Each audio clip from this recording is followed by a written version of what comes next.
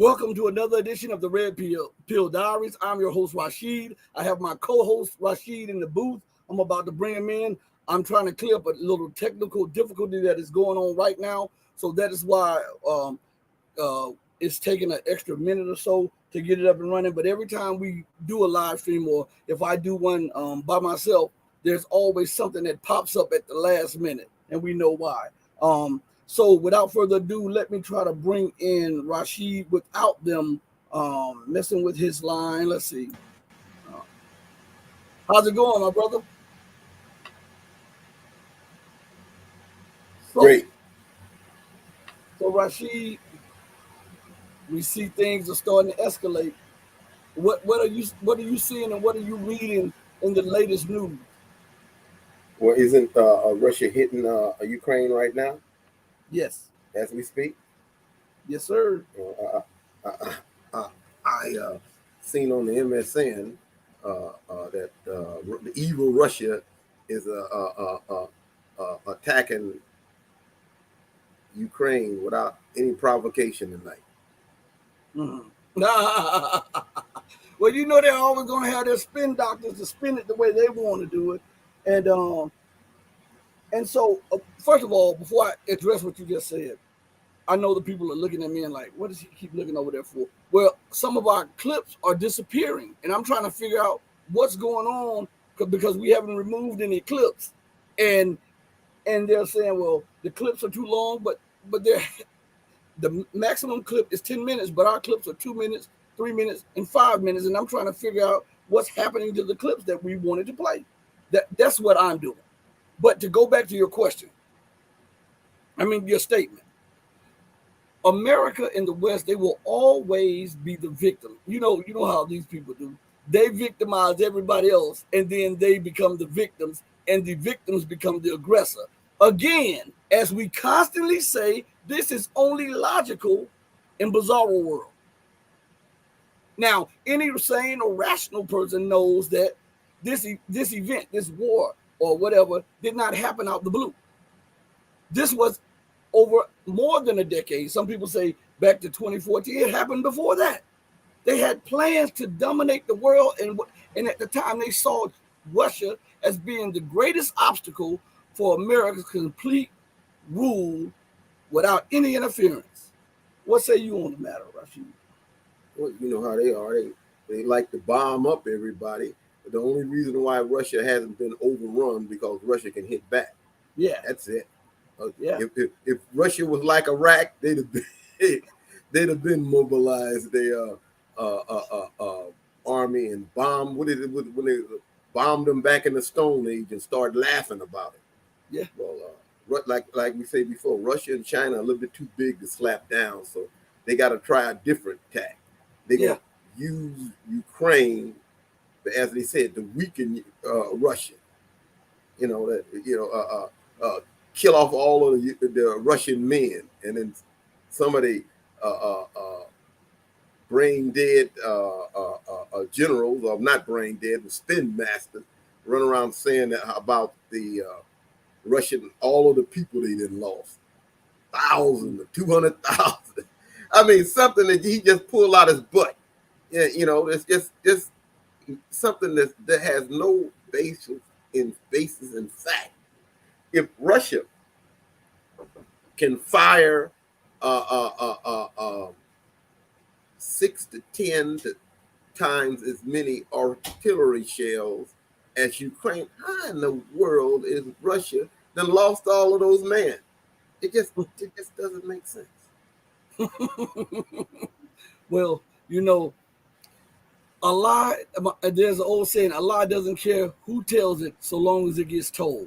And it seems like the West have become the greatest liars, and they are the professionals in liars. They win the championship every year. They have no equal, and nobody ever is on a level to challenge their technology, their lying. Now, I want you to think about this, Rashid. While we're talking about these escapades of America and her visions of grandeur, and how she's trying to dominate the geopolitical landscape, and how she's provoking nations to war. At the same time, she's committing economic suicide. Again, how in the world do you think that I'm going to finance you and your escapades, and you are belligerent to me, and your open stated policy is to denuclearize me and balkanize me? But you want me to buy your debt. You say you'll defend Taiwan, but you want me to buy your debt. You say you want to subjugate Iran, but you want me to buy your debt. You stole. Listen to this part here. This is something I was looking at earlier because I was wondering why across the country all of these Citgos were turning into Cumberland gas stations. And so I kept saying, I wonder if Venezuela sold off their assets due to the fact that, you know, there's an economic war and there's sanctions on. I wonder if they sold off their assets. So earlier I was watching Telazar, and on Telazar, they were protesting the seizure of Venezuelan assets. So if you put two and two together, in America, they were protesting the illegal seizure of Venezuelan assets in America. I guess when Venezuela did not agree to pump more oil for the empire after the U.S. tried to assassinate Maduro, and after the United States sanctioned Maduro and Venezuela, and after the United States tried to pull off a coup with one Guaido, and it failed, they got mad, and so they seized the assets of Venezuela, and they're changing the Citgos to Cumberland's gas station. And we talk about the theft of Russian assets. What about that? Because remember, Venezuela was one of the largest suppliers of crude to the United States. So what about the stealing of the assets of the Venezuelan nation because you're pissed because I didn't submit to you? What have you to say on that matter? I say Blackbeard the pirate has nothing on America. Well, didn't he just steal some Iranian oil tankers? Right? Right. He as I keep telling you before, he considers himself the king of the world. Now, the king don't be concerned with whatever the subjects do. I just take. Right? If you go shoot a deer and eat it in a forest, well, you stole that deer because that's my forest. Mm-hmm. Well, I want to take a drink. Well, you stole that water because the ocean is mine. That's the way. See, that's the way you got to see it. The way he thinks. He thinks that everything is. He actually thinks himself to be the equal with the God of the universe. Yeah. You know, the God of the universe created this beautiful planet of ours, stocked it with all kind of things for human needs, made the sun, moon, and stars for us to gaze at every night, made that big sun, and then he thinks that he is in that position, so everybody should dictate and pay him. If you he pays for, he'll charge you for sunlight. If somebody in some of these countries, him and his minions, if it rained and you put out a bucket to catch the water, you stole that water. Yep. See, that's the way you got to see him and see the way he thinks.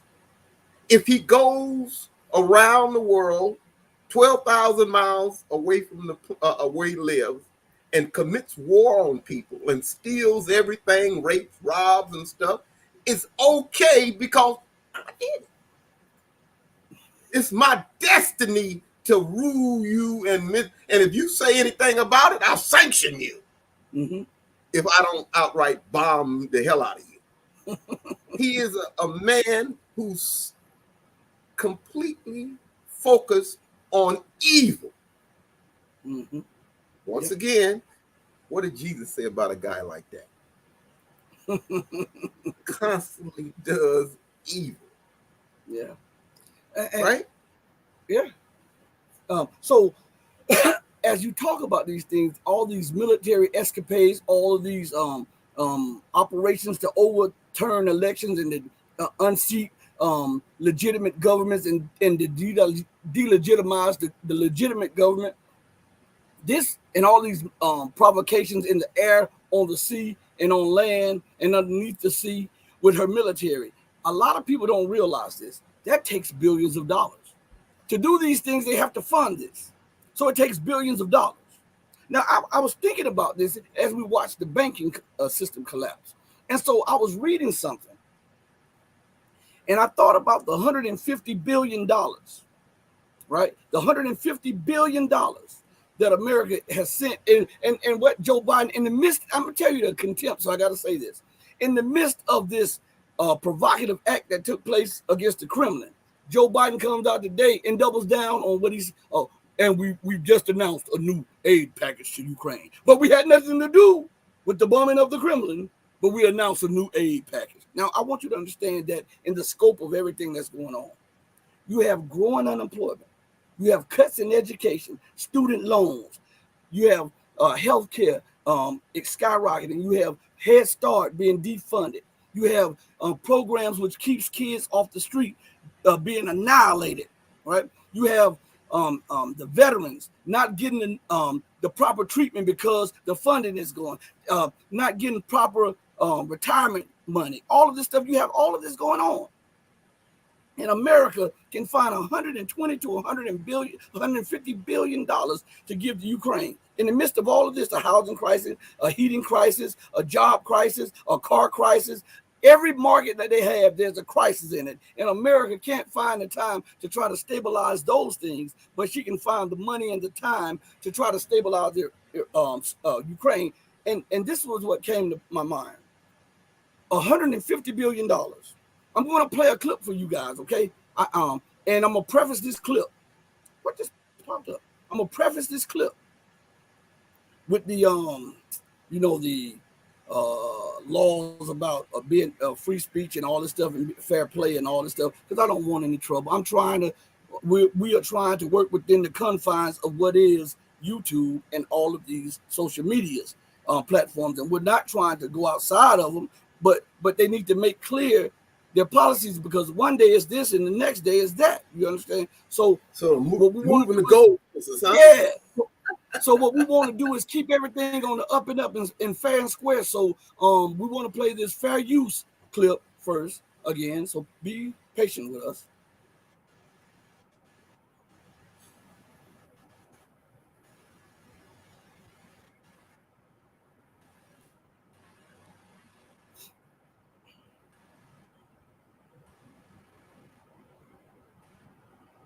Now that we have shown that, okay, now I want to put something on your mind.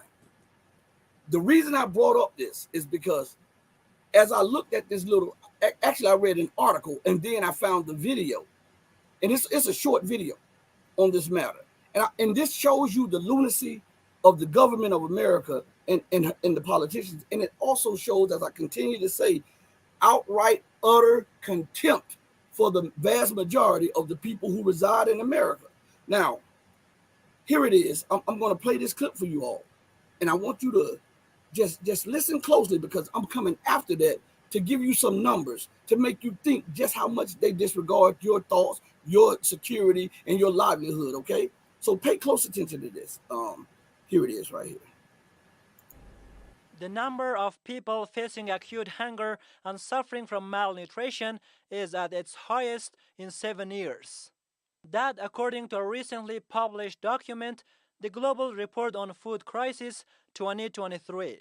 Last year, around 258 million people in 58 countries faced high levels of acute food insecurity, requiring urgent assistance.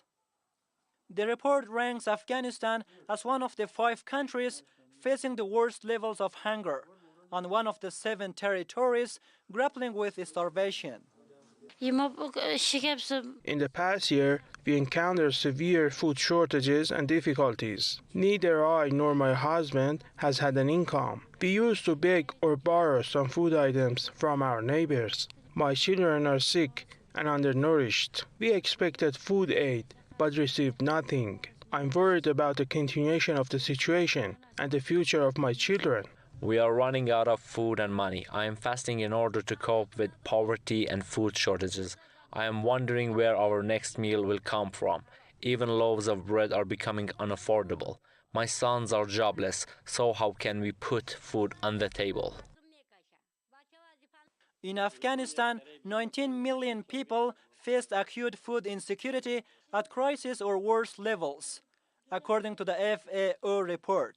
More than 20,000 Afghans experienced catastrophe at some point during 2022. This situation leaves me shocked and crying. When they come to me and ask for food aid, I don't know how to reply. Like this family you just visited, there are 20,000 others in this district. Most of their children and women are malnourished. They are collecting waste to make a living. I'm afraid they are facing a humanitarian calamity without immediate aid. The report highlights conflict, economic shocks, and climate extremes as key drivers of food insecurity. In Afghanistan, these global disasters coincided with a crippling economy, major cuts in aid, and the US sanctions. Afghanistan faces a humanitarian... Why did I play that? Because it had something to do with Afghanistan. Why did I play that? It's because what you see over there is here now. It's no longer coming. It's here now. And I'm going to play a little short clip that goes along with this. And I want you to remember the number that was in this video.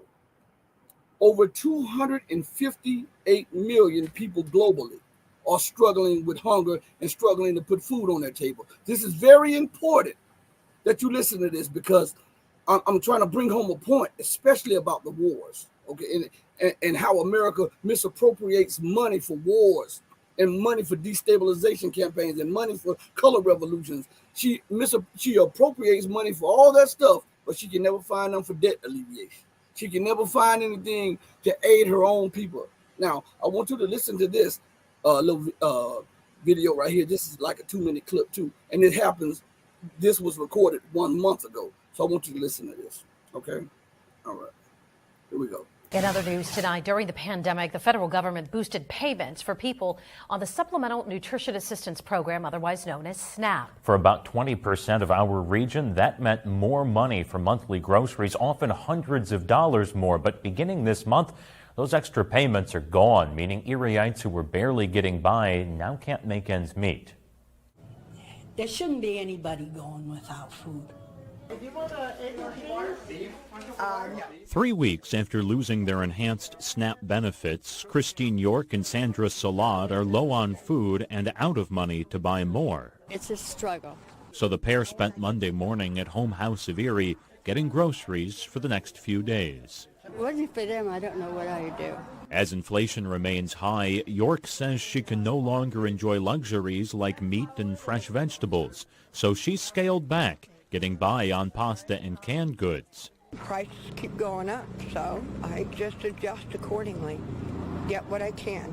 You can choose one meat. She's hardly alone. Nearly 60,000 Erie County residents felt the same pinch when enhanced benefits ended, and organizers at Home House say they've seen a flood of new clients. When SNAP, dropped people back to $25 a month, which is what some of them are getting, I posted on our Facebook page, don't worry about it, we got you covered. A daily struggle, one food pantries help solve. But Salad and York say even more than a meal, they need hope, and that's hard to come by right now. I just want things better for everybody, not just me. Everybody's struggling, not just me struggling.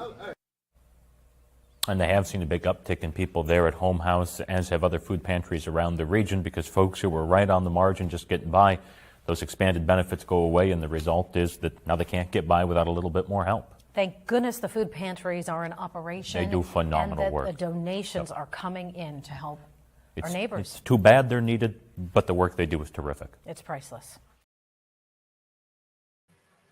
Why did I play that? I'm going to get to that in just a second, but I want to dispel a few rumors, okay? The media would have you believe that on SNAP or food stamps, that the majority of the recipients are black. That is not the case. According to the government statistics, the vast majority of recipients of food aid food stamps or SNAPs benefits are white people. The second largest is they say Hispanic, but I don't go by those terms because you have a mix of Hispanic people. You have black Hispanics, you have brown, you have white, just like you have anything else. Okay, so I think that number is skewed. And the third recipient is black. Okay, followed by Asian and others like that. So I said that before I went into my point to dispel these rumors, because when people put stuff out in the atmosphere and leave it out there, even though it's wrong, it becomes an accepted fact, even though it's not factual. Okay?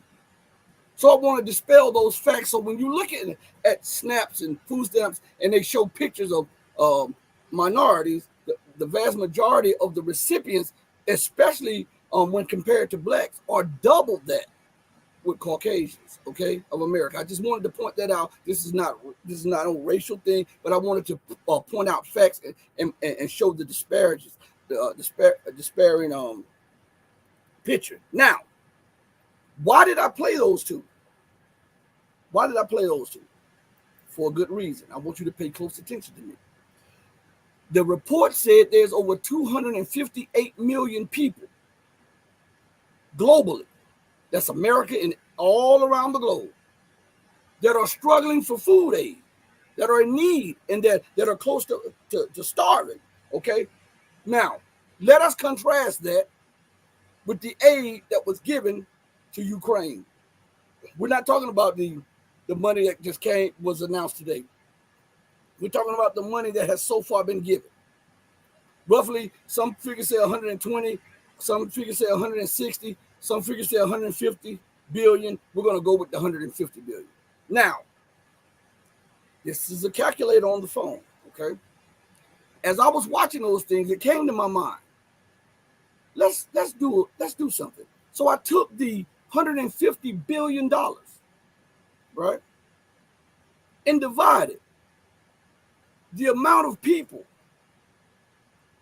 that needed food relief, food aid relief. If America would have invested that money into the food relief and aid for people, she could have given over 258 million people $581.39 each. But instead, and that would have alleviated, in some parts of the world, that could have alleviated the food crisis for months on months on months, when some of them only received $2, $3, $4 a day. In America, that could have given you a reprieve for at least a month in being hungry. The misappropriation of funding. She does not value human life. She values money and domination and power. So in reality, with the $150 billion and the 258 million people who are in need of aid relief, food relief, this would have been the right move to make to alleviate hunger and poverty. What say you on the matter, Rashid? Now, remember, we're in the midst of an economic collapse. Once again, what did Jesus say about the money changers in the temple? Didn't he run them out? Yes, sir. He can find always. And then let's get one thing straight. He not giving Ukraine any valuable assets. What he's giving them is weapons. And then saying, I'm going to give you $10 billion in weapons. My old stockpile that I went back and got in 1902, old rifle that can't shoot. Yeah, that's worth $5,000. You know, like in military industrial complex, $5 million toilet seats and stuff. That's what he's giving Ukraine. Worthless weapons. He ain't giving Ukraine any substance like food aid or anything. And when you really look, instead of giving Ukraine, they're robbing the Ukraine food and stuff. With the deal they made with Russia to give the world the poorer country, all that went to Europe. Yeah, and it's in their warehouse. A lot of these wars or because other people will not take his GMO foods, Franken foods. It's always a scheme behind his wars. He want to dominate the world. I just said that. If I can't dominate the world, I want to kill everybody. The bridges, the potholes, right? The infrastructure of America is crumbling. And he over there sending money, sending billions of dollars to Ukraine to carry on a war that they can't win. Is that a rational act of a person? That's the act of, like you said, is a psychopath. Mm-hmm. What's the definition of insanity? Doing the same thing over and over and over again, expecting a different result. Isn't that the leadership of America? Right. And what he does is put tell them that there's some black people or whatever that's on this food stamps. When you just said most of them are white people, but he got to stir up a straw man between the two. Yeah, he don't care nothing about the poor white man or the black man or the Hispanic. You care nothing about any of them. Mm-hmm. But in his mind, he got to keep you focused on that enemy across the street while you getting it like the enemy across the street. Both of y'all started. And he put his talking heads on, them bad black people or them bad Hispanics or them bad so-and-so. They are the ones that you should be mad about. Well, he's slitting their throat just like he's slitting everybody else's throat. Yeah. This guy is a purveyor of evil. Like I keep saying over and over, would Jesus bomb somebody? Jesus wasn't, and then hold on a second. He got preachers of Christianity come out saying that wealth. If you with Jesus, you get wealth. What's his name? Jim Bacon, all of that. But that's not the teachings of Jesus. Jesus said, give away all that stuff. Now to go to these guys and talk about give up all your gold doorknobs and all of your fine linen and all of your fine houses and stuff, and go with the poor. Hell, man, the man will pull out one of his guns, because everybody in America got a gun. Pull out, talking about Jesus. And then when some pointed out that they're doing this, then you are evil. Here he is, 6,000 or 7,000 miles away from America, fomenting war on Russia. Now, bear in mind, Russia is not in Mexico sending arms to attack America. Russia is not in Cuba sending stuff to say fire over at the White House. Russia's not in Canada supplying them with stuff to hit America. But he's over there in those people's country. Then tell people, you accept my terms of peace, or else I'll kill you. Who is this guy? Yeah. Like I say, going back to their own scriptures, the Christian scriptures, Jesus speaks about people that claim to be of him, but not of him. But they are far away from him. Yeah. If you can't see that the correlation between these people who claim to be and not actually teaching, following his message. Jesus never said to take a war, take arm and go and attack people. Point that out to us in the scriptures. Yeah. Now, again, let's go back. I have to emphasize this. I have to go back to this and emphasize this. Think about this. $150 billion given to war. And if you would have given that money to the proper people and dispersed it properly, that could have fed 258 million people. Each one of them would have received $581.39. in half of the globe, that means that people would have eaten for a couple months. But that is too much like right. This is what I'm telling you. These are megalomaniacs. They're sociopaths. To think about this, to invest in weapon systems, to bomb, to destroy, to bleed, to rape, to pillage, to steal. And yet you have all of this money and you refuse to invest in the human capacity, the human mind, human progress, freedom, justice, and equality. Regardless of, as we say, race, creed, or color, or sex, freedom, justice, and equality. You speak freedom, but you want the freedom to do what you want to do. You don't want it for everybody else. Freedom is only something that you parrot when you want to rape, rob, pillage, and steal and wage war.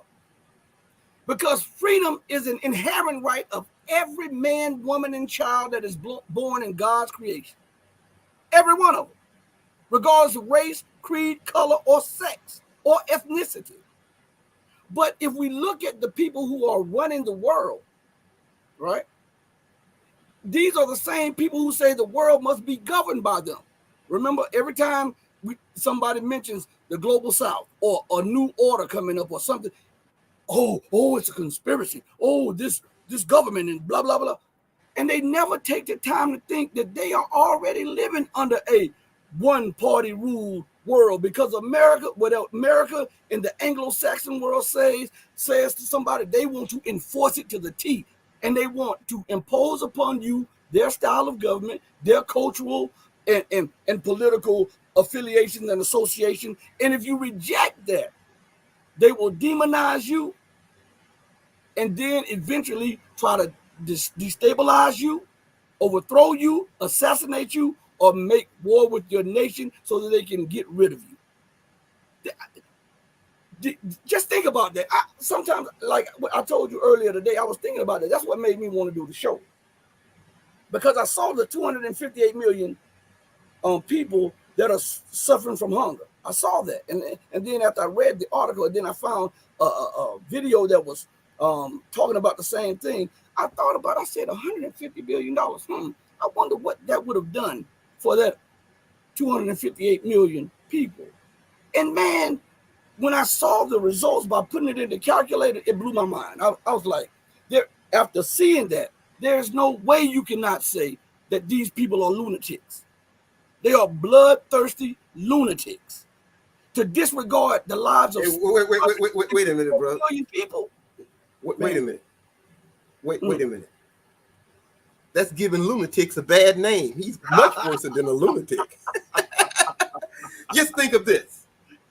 Now, we all know that there has to be a supreme being that created everything, because we didn't create it, right? Now, do you think the God, or the one who created all of that we have here, is he charging for solar light, sunlight? Is he charging for his water?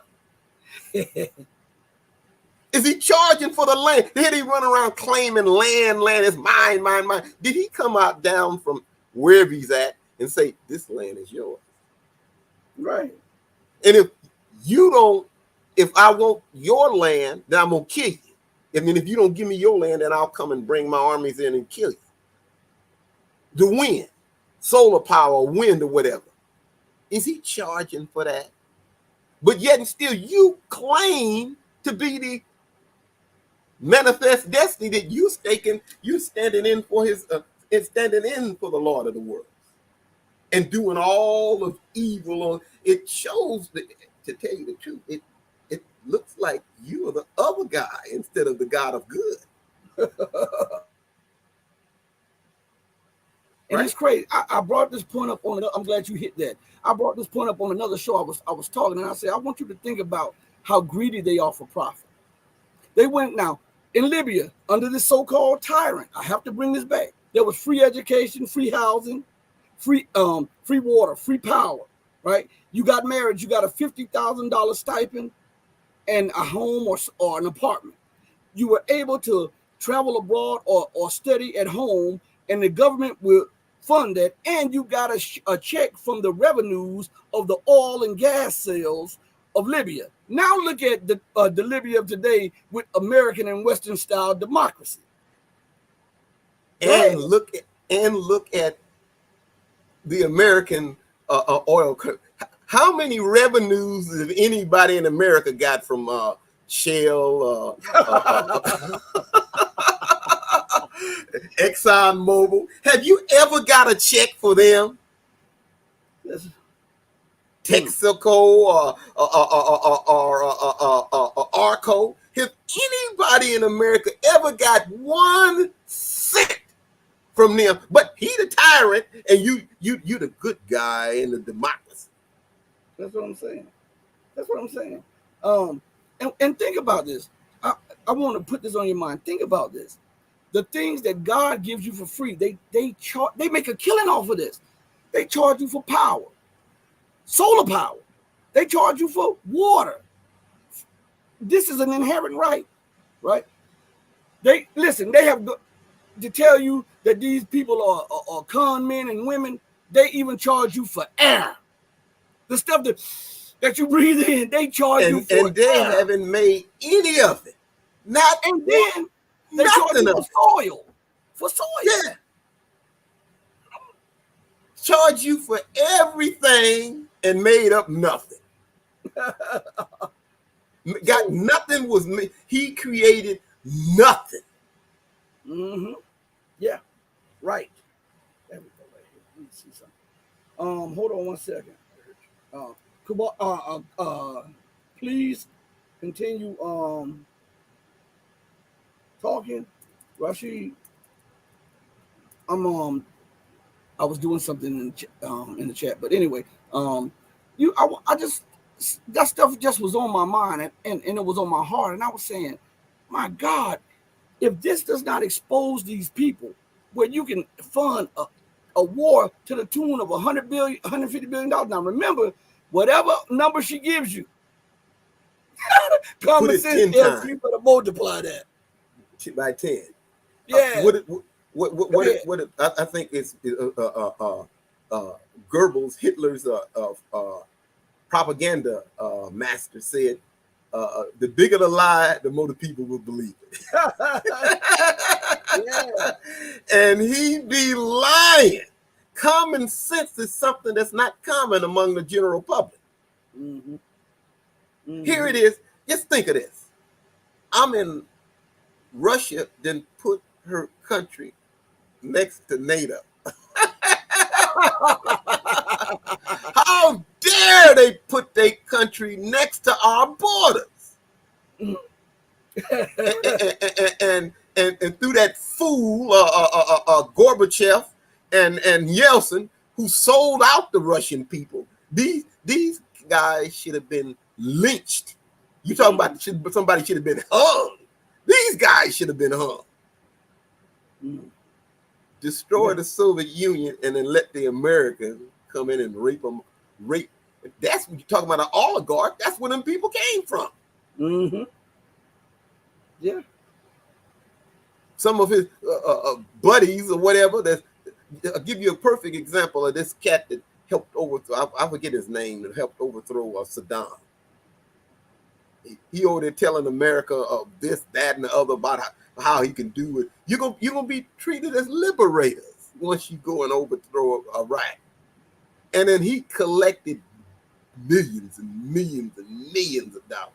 You see, in any country, you always got an opposition who will do anything to be the leader. That's human nature. If you got somebody who's not the leader and want to be the leader, perfect example is Somalia. Here you got two people fighting over who wanted to be the leader, and the hell with the people. And Sudan. And a lot of Sudan. And most of these guys were educated in the West. They think like these people in the West. He gonna go back and destroy his country so he can be called a leader. These people effect is all over the globe. They are evil people. We keep telling you that. It's a little common sense to tell you that. Why would somebody send that type of a funds for weapons and won't help starving people? And in most cases, he was the one that started this war that put them people in that position. Yeah. I mean, it's just unreal. When you think about these things, I wonder how these so-called leaders continue to gloss over these facts. These pundits, these prognosticators, and all of these people who say that they have your well-being at heart when they speak to the people, continue to dance around these issues. And it shows that they have because you hear them crying out, man, the system is collapsing, but they still want to hang on to the system. So that means that they benefited from that system, you know, and I believe they're trying to hedge themselves by placing themselves in the middle. They're not fully ready to go on with the new, but they're not fully ready to let go of the old. And so they want to position themselves and hedge themselves so that when the collapse finally happens, they can say, "Oh, I was with the new," or if the new order comes later, then they can say, "Oh, I always was with. I never thought that would come through." And we see that happen. Look at how these people are positioning themselves geopolitically and economically. They talk about good issues, but then when the heart of the matter needs to be discussed, they're AWOL. It is like the people that was in the French Revolution, right? Yeah. When the people got mad and the guillotine start chopping off and the oligarchs start, hey, ain't you an oligarch? No, I always been with you. Put off his shoes and put on some ragged. No, I ain't never been one of those guys. Yeah. It's the same thing as we were saying before. They show their hypocrisy every day. And it's off the charts with the lies. As we said before, the Democrat and the Republican is the same size of a coin. Heads is a quarter. Coin. Tails is a quarter too. They haven't done any. Show me when any of them has done anything different than the one that was in their previous. Mm-hmm. You talk about Donald Trump. What he did, and Biden get in there and do the same thing. So when are they any different than what they are doing? Yeah. We're watching the collapse and fall. I want to go to some, since we're on these matters of economics. On the economic collapse blog, there's an article. There are two articles that I want to focus on, but one in particular that came out May 1st. And it's called "The Banking Collapse of 2023 is Now Officially Bigger Than the Banking Collapse of 2008 Was." Now, I want to first say, no, that's not true. And I know everybody would say, "Yo, yes it is, yes it is. Look at all this stuff." No, it's not bigger. It is a part of 2008. It never stopped. This is all one thing. They want you to believe that, oh, it just started again. No. It was insolvent in 2008, and it's insolvent today. They can tell you every year, if you Google this, I did this myself, so I know what I'm saying. Every year, they talk about the United States may enter a recession. And every year, at the same time, articles come out saying, we have entered recession. Go Google this stuff. Every year. I Googled it from 2008, each year individually, up to 2023. And Google might remove it now that I said it. And so we had recessions each year, even though they were not acknowledged. Now, again, the difference between a recession and a depression is a recession is upwards of 12 to 16 months, right? And a depression is consecutive depressions. Now let's do the math. Let's do it together. Let's count. 2008, 9, 10, 11, 12, 13, 14, 15, 16, 17. Oh my God, I ran out of fingers. And we're in 2023. So that means we have been in a depression, and they hate to use the word depression because it gives that negative connotation of the 30s. And they don't want you to realize that it is not like 1930, it's worse. And the reason why it's worse is the dollar, everybody else is getting off the dollar. This is one thing that they don't let everybody see, is that the rest of these countries, when they did that to Russia, well, if you can steal $300 billion from Russia, what's to stop you from doing it to me? Don't forget, they did it to Venezuela. We go back to Citgo. Yeah. Mm-hmm. So what is to stop you from doing it to them? So right. Now everybody else done wised up. They are hip to the 3-card Molly. Now everybody is, hey man, I don't even want to play your game no more. Yeah. And it's amazing that people still fall for this. Oh, we may enter recession. Oh, we're close to a recession. Oh, we won't enter recession. They've been saying these things since 2000, and as a matter of fact, since 2007.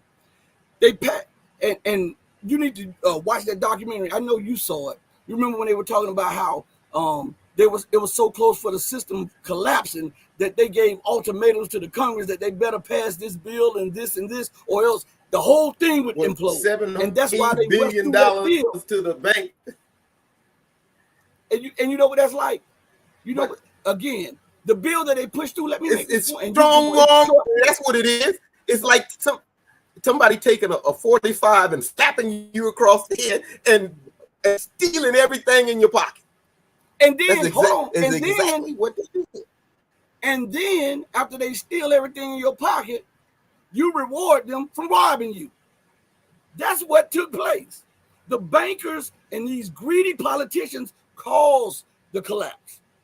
And they were rewarded for the malfeasance and the ineptitude of their policies for robbing you. And think about that. As we're saying, as long as the rest of the world needed dollars to buy oil, that was fine. You know, you can print up as much money as you want, but it's a change coming. The rest of the world is getting off your dollars. See them big, huge ships that's come from China to America? If China say, I no longer will accept your dollars as trade for these huge ships of goods, then guess who's gonna be in the poverty line? not just those black people, but you too gonna be in the poverty line. Everybody gonna be in the poverty line. This is what the wars are for.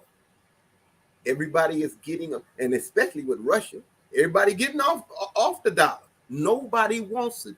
If the dollar bill cannot buy anything, then what good is it? Yeah. If it can't purchase anything of tangible, the global South has all of the natural resources, gold, oil, and cobalt, lithium, and all of that stuff, and it's finally they finally wisen up to say, well, why should I take this money in return? Like me and the brother was talking about before, it's the coldest scheme on the planet. Yeah. I get all of your natural resources and I give you a couple of papers with my face on it.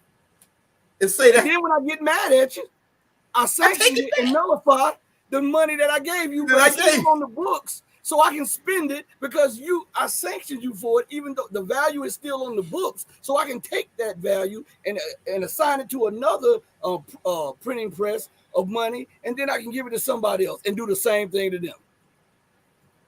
Continuously, without the other people scratching their head and say, well, hell, he did it to him.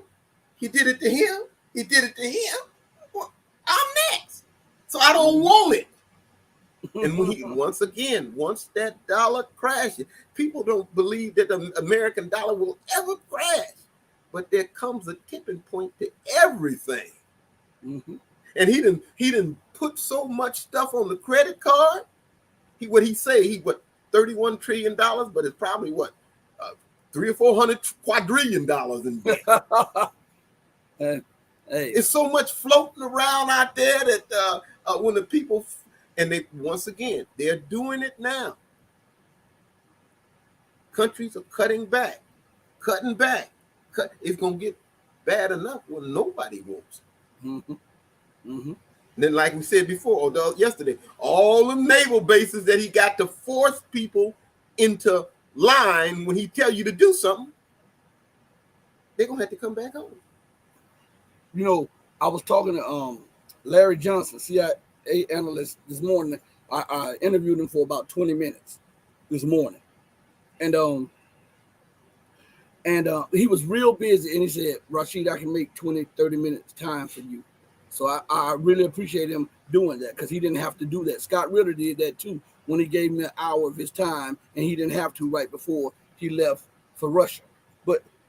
And he was saying, we were talking about what was going on, and he brought to the forefront that America can't continue these escapades because of the heavy debt burden.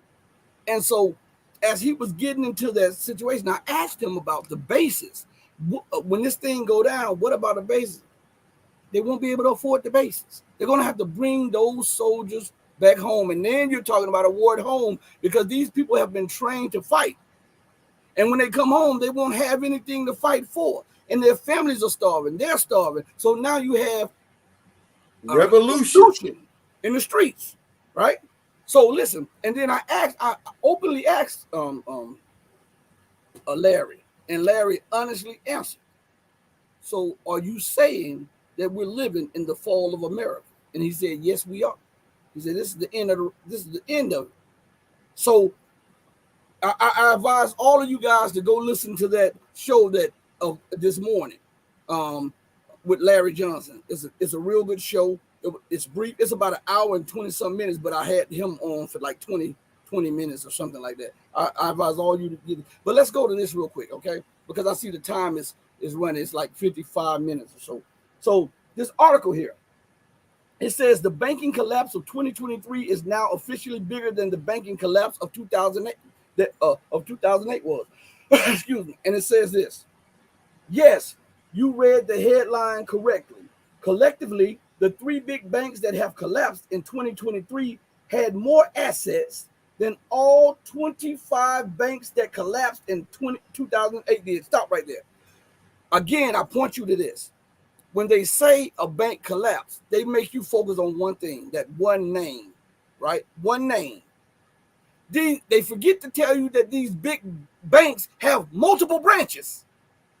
Okay? So if 25 banks fail, big banks fail, then we are looking at something like at least 100 banks fail because they have branches, at least. Okay? So I want to point that out to you. So when you hear them talk about that, remember that each bank has branches. Okay?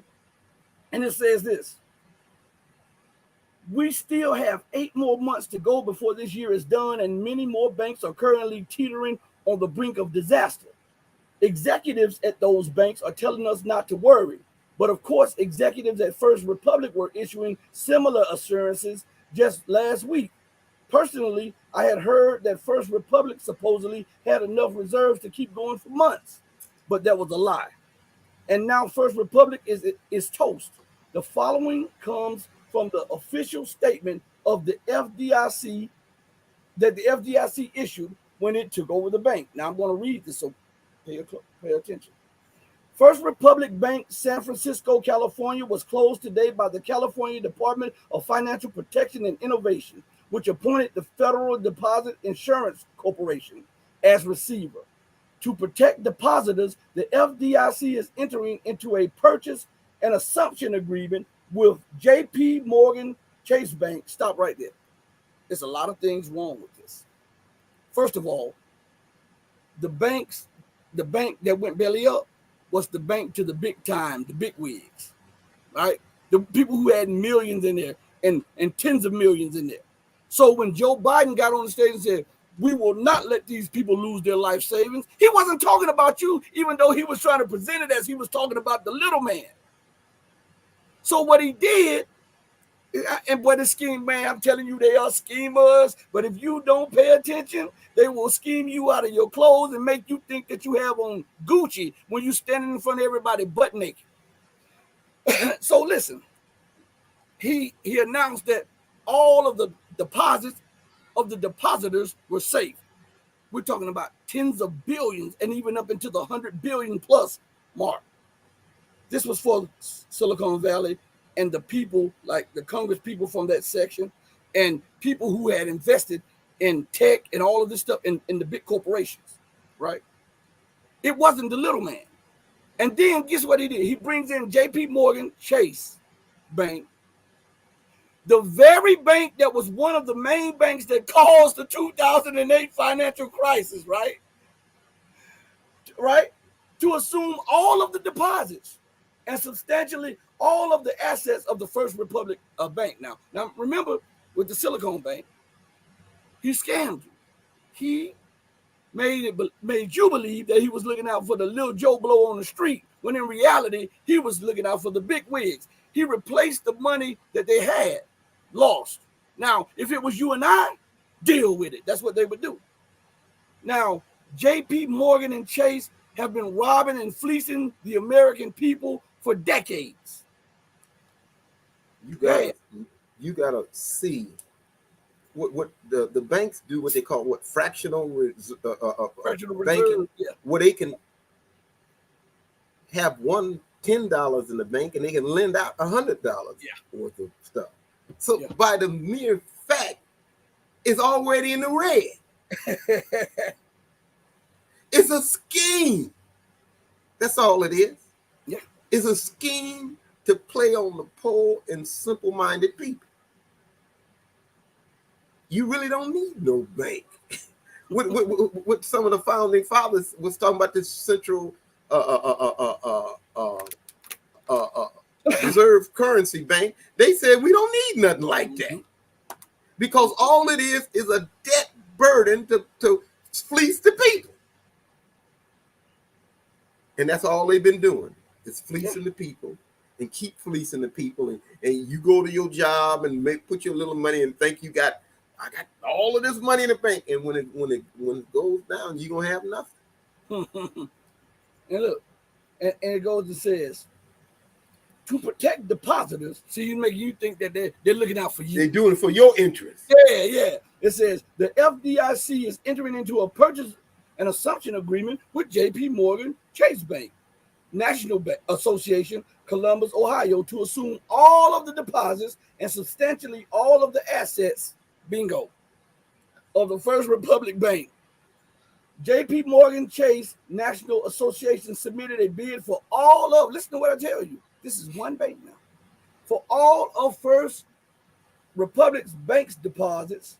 As part of the transaction, First Bank's 84 offices, 84, that's one bank, 84 offices. Remember I told you when they talk about 25 banks fail or 50 banks fail or 100 banks fail, they don't give you the true picture. They minimize this stuff. They don't tell you how many branches that this bank has. And each branch is looked at as a bank. You say, oh, I'm gonna go to my bank over here, or I'm gonna go to my bank over there. It has the same name, but different branches.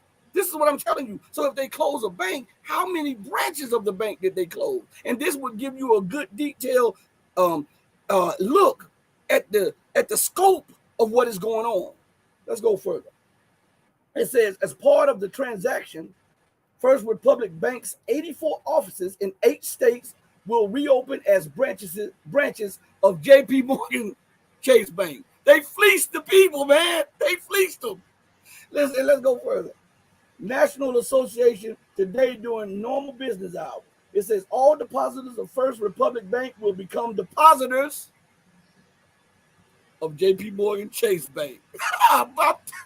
Boy, this is a scheme unlike anybody else. It says National Association and will have full access to all of their deposits. Listen, I'm stopping right there for a minute, and I want you to listen to what they're saying about the financial situation here. I'm gonna play this clip here, so pay close attention. Let's dig in right away with Euro Pacific Capital's Peter Schiff and Nataline Securities Global Fixed Income Head Andy Brenner. Andy, I will go to you first. your gut reaction of the most important issue here? The most important issue, I think, is the fact that he's focusing on credit. He's already seen the senior loan survey that's going to officially come out Monday, and I think it's going to be ugly, similar to what the ECB survey was yesterday. So he knows that things are really looking bad in the regional bank space, and I think that's something he's very much concerned about. And yes, I do think the Fed is paused for now. Okay, maybe we can put up some regional banks, because I think what you're seeing is a problematic behavior here. What was it that he said? Because one of the things he said, and I kind of was a little shocked by this. I mean, I get it from Mary Daly of the San Francisco Fed, who said, oh, there's really, we've stabilized the situation. But he specifically said the banking system is sound and resilient and strong. Liz, I've heard so many times since the first of Silicon Valley Bank, the banking system is fine, the banking system is stable. And then when we heard on Monday, oh, First Republic has been bought by JP Morgan, then look what happened yesterday. I mean, you had some of the banks, PacWest down 25%, Western Alliance down 20%, the KBW index down 7, 8, 9%. Liz, it's not over by a long shot. When you have Treasury bills yielding 5.20 and banks paying 1%, and the ease that this is the thing that Powell said he didn't understand. And what he doesn't understand, because he didn't mention it, is how easy it is to move money out of banks into markets right now. It's never been the case, and they have to factor that in, and it's going to continue to be a problem. Peter, interpret why you believe the Fed tightened rates 25 basis points this time. Well, because that's exactly what the market expected them to do, and that's what the Fed does, what the markets expect. But it's not going to do anything regarding bringing inflation down. The elephant in the room with respect to inflation is the fiscal policy. It's the debt, not the ceiling, but the fact that we're running these massive deficits. And until the federal government reduces spending, these quarter-point increases are going to be completely ineffective. And the problem is Powell refuses to call Congress out and mention that the driving force behind all the inflation that they've been creating is reckless government spending. And as long as the government keeps spending, inflation is going to get worse, and so is the current financial crisis. And nobody wants to admit we're in a financial crisis. It is worse than the one we had in 2008. It's just getting started. Ultimately, the Fed is going to cut, but it's going to cut as inflation is accelerating. Okay, you just brought up the elephant in the room. Let me bring up the canary in the coal mine, because when he was asked specifically, and I don't mean to really hammer the regional bank issue here, but this is significant, folks. He brought this up because he was asked, and he talked about how in the past his focus had been the labor markets and pricing pressures, et cetera, maybe even wage inflation, kind of pushed that to the side. And here's what he said about the near future and what he's looking at. Listen. I think a particular focus for us going now over the past 6-7 weeks now and going forward is going to be what's happening with credit tightening. Are small and medium-sized banks tightening credit standards, and is that having an effect on loans, on lending? And so we can begin to assess how that fits in with monetary policy. That'll be an important thing. Peter, if it has an effect, let us be clear. And I know you have said specifically that everything that was built, meaning every investment that was built on a foundation of 0% interest rates, which we had for very long, will crash. Can you be specific about exactly what?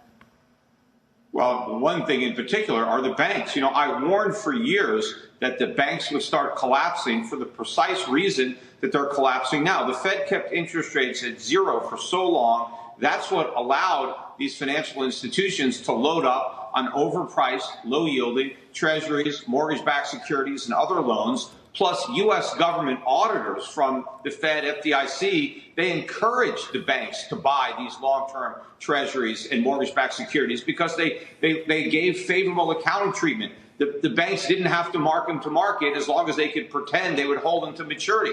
So the entire house of cards was erected by the Fed and the U.S. government. And now it's collapsing, and they're acting like they have nothing to do with it, and they're trying to figure out how to put out a fire that they lit. And, of course, the problem is they're not putting out the fire, they're throwing gasoline on it. Okay, Andy, as it pertains to that discussion, specifically The reason the Fed has raised interest rates over and over and over now for the 10th time is because they were trying to quell inflation. We get that. However, if you look at the trajectory over the past several months of how inflation has come down, back in June, it was at 9.1%. And then you can see it coming markedly down. I believe we have a bar chart of all of this. And I'm just wondering, from your standpoint, is the inflation horse back in the barn yet? He didn't say yes.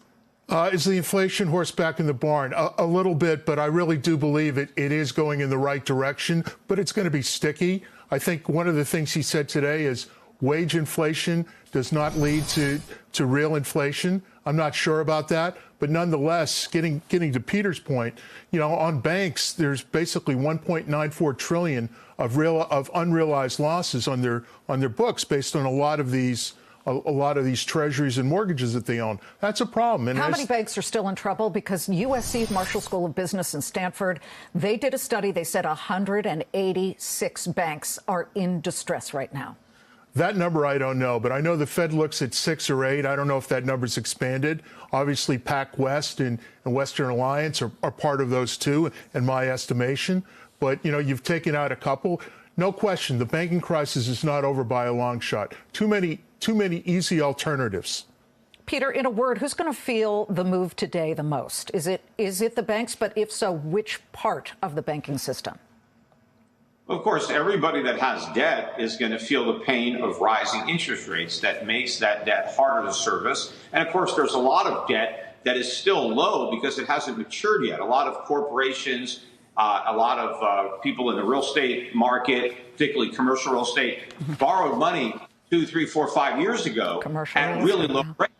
And the higher rates are, when those loans mature, it's going to be that much harder for them to get the financing to roll them over. And then you have the prospect of very disorderly bankruptcies throughout the economy. Andy, we just want to quickly look at the 10-year and the 2-year. The 2-year is most sensitive to Fed policy. That one had dropped 5 basis points. Let's see where it is right now. And in doing so, Treasury investors are appearing to shift their positions, moving to the longer dated bonds versus the shorter dated ones. Liz, they think that the recession is coming. There's no question that this Fed is not believed. Just taking the 2-year for a second, the 2-year is running 115 basis points through Fed funds right now. So that's telling you there's a lot of disbelief out there. The 5-year is somewhere around 3 3/8, 340, give or take. That is telling you that people are investing, that they don't think these yields are going to be here, and that the Fed is going to turn around and start easing, regardless of the fact that they say they won't. Andy, Peter, thank you so much. So let me play the disclaimer too, so that we don't have any problems with YouTube or any of this, because we're using this clip as an educational vehicle to teach people on exactly what's going on, so that they won't say we've infringed upon any copyrights or anything like that. We're doing what every newscast does. When Channel 3 uses Channel 10 and Channel 10 uses Channel 12, that is not copyright infringement, especially when you give them credit and you're teaching on the basis of what they have. Okay, so now I want to play this and then I'll come right back.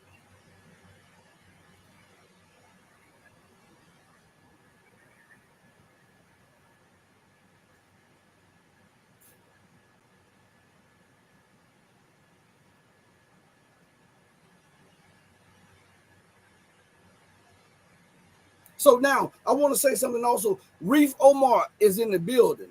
Reef, I'm gonna highlight one of your comments, but in the chat, I don't see your comment. I see your comments in the StreamYard chat, but I don't see your comments in the YouTube chat. And I'm figuring out how is that even possible? So I'm gonna go back to the comment and I'm gonna highlight one of your comments. If I'm able to highlight them here, let's see. Let's see if they'll allow me to do it here. Yeah. He said the lady in the yellow sounds very worried. She should be. I'm going to get to something. I was just talking about how they love to say 25 or 100 banks collapse, and I keep telling the people they are minimizing what is really happening. And people often forget that these banks have branches. Like we just found out that this bank that just was taken over by JP Morgan had 84 branches. Now, they just said in the interview that there was at least 186 more banks that were teetering over the edge right now. So if we do mathematics, 186 times 84, that's 15,624 banks.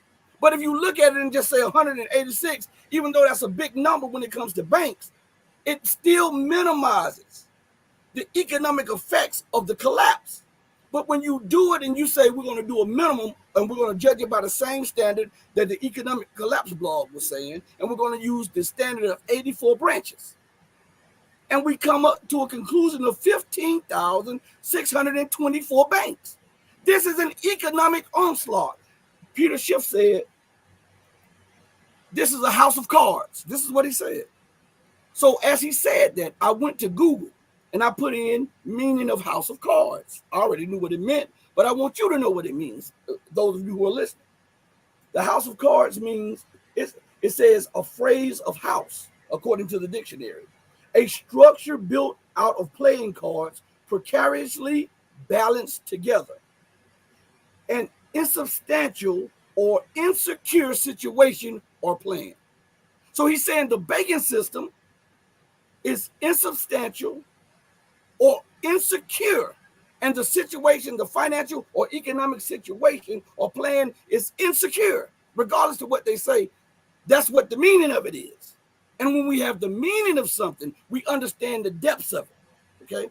Now, I want to go back to something. I'm trying to hit these points real quick because we're about to come to a close. I was trying to do a hour program, but I saw something as he was talking. I saw something in that article that I was reading, and I also want to ask everybody, please hit the like button so that we can stay in the algorithm. Also, you can hit the super chat, the super thanks, or you can become a channel member. We also have those options now. Today we had two people sign up to be channel members earlier today when we did the live stream with Larry Johnson, analyst of the CIA. Okay, so check this out. After it says, well, let me refresh your memories on the last paragraph that we read. It says JP Morgan Chase Bank National Association submitted a bid for all of the First Republic's bank deposits. As part of the transaction, First Republic Bank's 84 offices in 8 states will reopen as branches of JP Morgan Chase Bank National Association today during normal business hours. All depositors of First Republic Bank will become depositors of JP Morgan Chase Bank National Association and will have full access to all of their deposits. Remember, I told you that this was a scheme by the government and JP Morgan because they get kickbacks. Jamie, remember the economic terrorist Jamie Dimon leads JP Morgan and Chase, the financial terrorists. So listen, the following two sentences, or the following sentence says this. This is very important. The government was not going to allow just anyone to snap up the assets for First Republic. That was supposed to be an open bid. Why didn't they have an open bid for the assets of that bank? They only invited JP Morgan and Chase to bid on it and snap up the assets. Why? The connection there. These are thieves and economic terrorists. And then they want to make you believe that them robbing you is to your benefit. Man, I'm telling you, this system is in it. It is imploding. Rashid, I know you have something to say before we close out. You know, I was thinking about the guys that's, you know, they tell a group of people that the welfare is that's the reason why you ain't got no job or nothing, because they over there on welfare, or we got to keep them illegals out because they're gonna steal your job. and these guys are robbing you blind. And listen, he's a master at distraction. Hey, listen to this part, the following sentence from that. And this should tell you all you need to know about the financial system, because this was supposed to be an open bid. Okay? And we heard from the last sentence, the government was not going to allow just anyone to snap up the assets of First Republic. Now, check this sentence out. JP Morgan Chase was one of the institutions that was invited to make a bid, and they came out of this process as what? The big winners. They're telling you that they robbed you. They're telling you that they stole your assets. They're telling you that they engineered this so that they can take this and they can make profit off of this. A bank will not invest in something that it cannot make profit on. And remember, J.P. Morgan was one of the top, 4 banks that was that was the cause of the great financial collapse of 2008. Why were they even involved in the bidding when they have done so much and committed so much economic terrorism around the globe and here in America against the average person? Why? Because the policymakers get kickbacks and they too are involved in this financial terrorism. Go, Rashid. What else can be said? What else can be said? So listen, again, we have the super thanks, the super chat, the buy me a coffee, or you can sign up to all of the platforms for free. Please support the movement and what we're trying to do. We're trying to get the truth out. We're trying to teach you, and we're trying to converse with you and learn from you. Because let me tell you, they are dumbing down the populace at an unheard of speed because the house of cards is being blown away by the strong winds of change. And the house of cards cannot stand when you have a category 5 storm of change that is blowing on it. Rashid, in closing, what have you to say to the audience before we go out? Once again, keep your eyes open. Keep your eyes open and watch. Now, we'd like to thank each and every one of you for joining. Please share the video, tell everybody about us, like and subscribe. And we noticed that 60% of you who view the videos are not subscribed, and we would like to invite you to become a part of the platform and to become a part of the show. And please, it doesn't take nothing but to click the button to subscribe. Click the bell icon to be notified. It doesn't cost you anything. Some things you're going to agree with, some things you're not going to agree with. But let's be agreeable and let's be civilized people and look at different views and different perspectives, because we're already being censored by the thought police here in America and around the globe. So on that note, we close out the same way we came in. Oh, hold on. We got hold on 1 second before we close. It's something in the chat. Hold on 1 second. I want to answer it because I can't see it over here and I want to apologize. Reef Omar, salute, brother. Salute. Man, you come through like a champion every time because you are a champion. I want to thank each and every one of you from the bottom of my heart, and so does Rashid. If you love truth and the God of truth, we love you. And on that note, we go out the same way that we always come in, with love and peace in our heart for truth and for you. And until we next speak again, stay strong, stay true, but above all things, stay righteous, because righteousness is the only thing that will see you through these troubled times. Okay? Have faith in God. When everything else fails, have faith in the true and living God. He cannot fail. My mom used to tell me he can do everything but 2 things: lie and fail. Mama, I agree with you, and I love you more than life, baby. Deuces, everybody.